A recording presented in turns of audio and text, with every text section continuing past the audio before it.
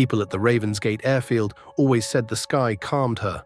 On bright weekends, when the wind lined up just right, Clara Jameson moved like someone who knew every inch of the blue above her. She wasn't reckless, she was deliberate. At 32, she had a steady job in marketing, a well-worn logbook with over 500 jumps, and a circle of friends who swore they'd never met a braver, kinder soul. On the last morning anyone saw her alive, the air above Heatherford, a small northern English town, was crystal clear, gentle thermals, thin clouds like chalk dust. Perfect, the kind of day jumpers call story weather. Clara wasn't famous, but at the drop zone she was quietly legendary. New jumpers copied her posture, seasoned ones asked for pointers. What made her different wasn't just skill, it was composure. She'd laugh easily, tape a glove for someone who forgot theirs, and remind anxious first-timers to breathe. Her friends describe her in opposites that somehow fit. Soft-spoken and fearless, methodical and warm. She had a habit of leaving small notes of encouragement in people's gear bags. You've got this. Blue skies. Little kindnesses that stuck. The night before her final jump wasn't cinematic. No slammed doors, no shouting in a rainstorm. It was a quieter ending. Clara and her partner Evan Rowe had met years earlier through skydiving. They started as teammates, then friends, then something more. That evening, after a long talk that ran out of words, they decided to part ways. No accusations, no dramatic exit. Two people who cared for each other choosing separate roads. "We'll be okay," Evan said. Clara nodded because that's what brave people do. They nod. But goodbyes have a way of echoing in the dark. At Ravensgate, routine is a religion. Check the canopy, inspect the lines, confirm the altimeter. Wrist strap snug, helmet, goggles, gloves. Clara moved through each step like choreography she'd practiced 100 times. Witnesses say she was calm, focused, even helpful. She lent a spare neck buff to a jumper who'd forgotten theirs. Nothing about her seemed rushed or out of rhythm. One friend asked, "You good?"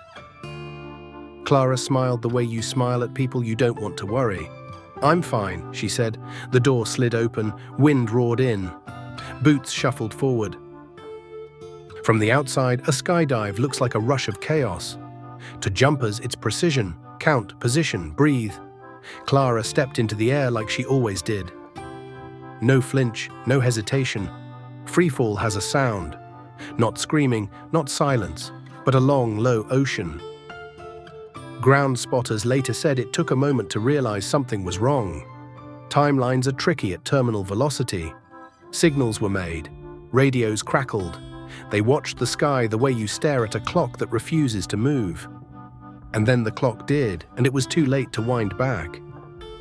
In the days that followed, investigators reconstructed what they could. Both safety systems were found functional after the fall.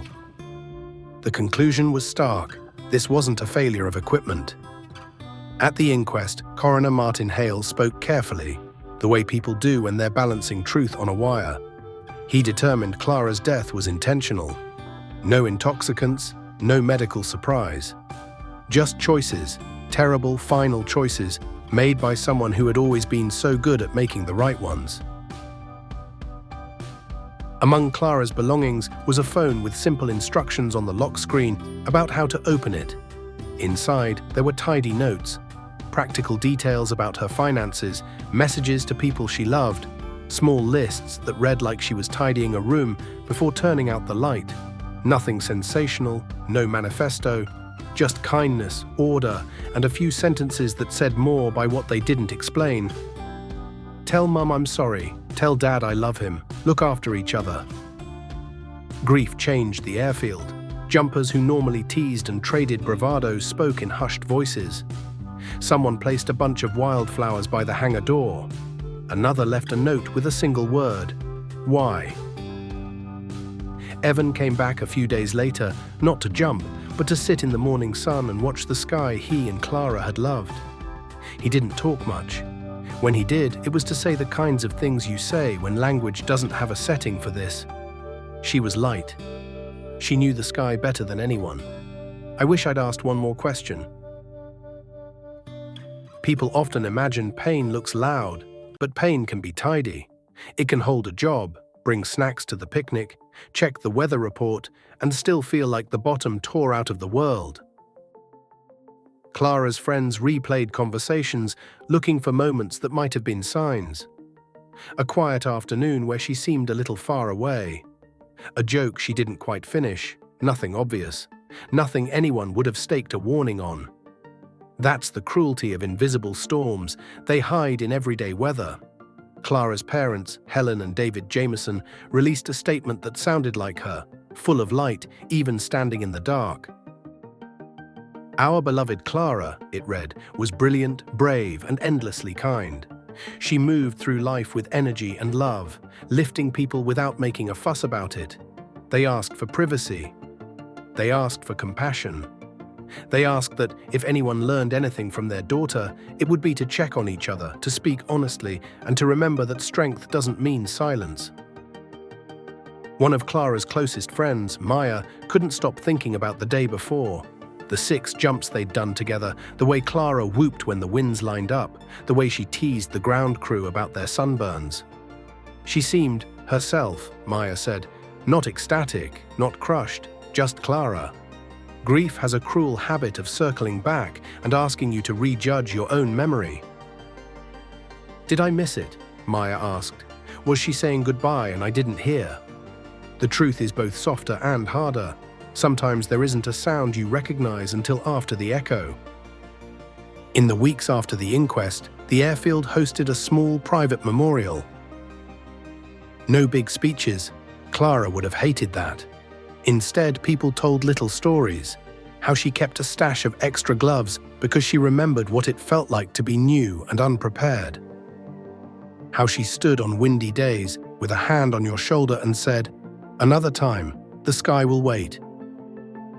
How she'd genuinely celebrate other people's personal bests, even when she could have done it better herself. Bit by bit, she was remembered into the world she left behind. Why didn't she say more? Why didn't we see? Why couldn't what she loved save her? The questions multiply, each one heavier than the last. But there's a different set of questions, ones that point forward instead of only back. What if we treated brave faces as invitations to check in, not proof that everything's fine? What if we said, "Are you really okay?" and waited gently for the second answer? Clara's story doesn't offer neat solutions. It offers a reason to try. For many, the sky is freedom. For Clara, it was home. But even home can't hold everything. There are weights the air won't carry, currents no wing can ride. Honoring her doesn't mean avoiding the sky.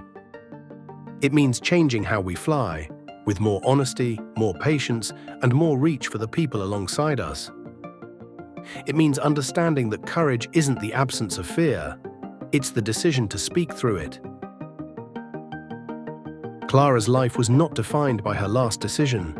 It was built across thousands of small, bright ones. The spare gloves, the steady laugh, the thoughtful notes, the way she made big, loud skies feel like a safe room. The strongest person you know might be the one who needs the softest question. Ask it. Ask twice. And if you're the one carrying the weight, please tell someone. The sky will wait. The people who love you can't help if they don't know.